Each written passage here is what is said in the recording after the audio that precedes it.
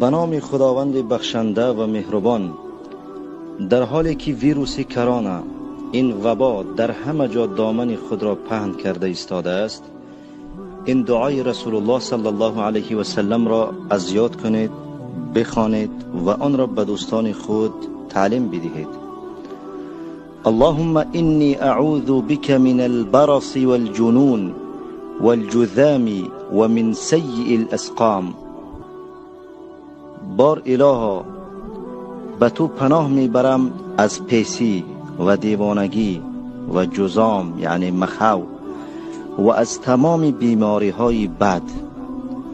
الله تعالی من و شما را از این وبا نگهبان باشد. و السلام علیکم و رحمت الله و برکاته.